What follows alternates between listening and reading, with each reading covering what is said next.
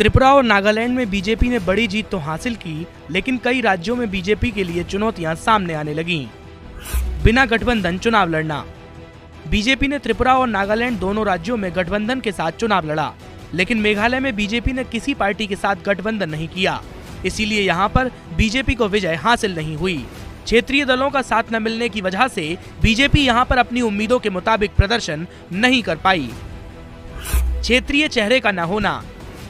प्रधानमंत्री मोदी ने मेघालय में कई बड़ी रैलियां की। उन्होंने शिलोंग की रैली में कहा कि मेघालय फैमिली नहीं बल्कि पीपुल फर्स्ट चाहता है। हालांकि मेघालय के चुनावी नतीजों से साफ हो गया कि राज्य ने पीए संगमा की विरासत संभाल रहे कोनराड संगमा को सबसे ज्यादा सीटें दी। मेघालय चुनाव में ये बात साफ हो गई कि किसी भी बड़े क्षेत्रीय चेहरे के बिना बीजेपी का चुनाव लड़ना पार्टी के लिए घातक साबित हो सकता है। यानी कि मेघालय में चुनाव हारने की बड़ी वजह ये थी कि बीजेपी के पास यहाँ पर कोई क्षेत्रीय चेहरा नहीं था। महाराष्ट्र से बीजेपी को झटका। बीजेपी को महाराष्ट्र में बड़ा झटका लगा।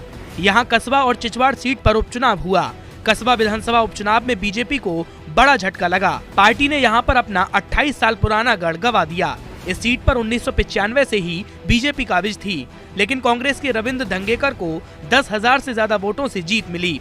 एकनाथ शिंदे के सीएम बनने के बाद अंधेरी ईस्ट में ये पहला उपचुनाव था जिसमें बीजेपी को शिकस्त मिली।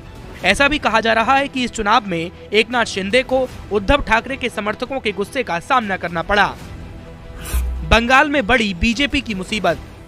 पश्चिम बंगाल में सागरदीघी विधानसभा उपचुनाव ने भी बीजेपी को बड़ा संदेश देने का काम किया। सागरदीघी सीट पर कांग्रेस के बेरोन बिस्वास ने 22,986 वोटों से जीत हासिल की। पश्चिम बंगाल में इसी साल पंचायत के चुनाव होने हैं और अगले साल लोकसभा का चुनाव भी है। ऐसे में नंबर 3 पर खिसकना पार्टी के लिए बुरी खबर है।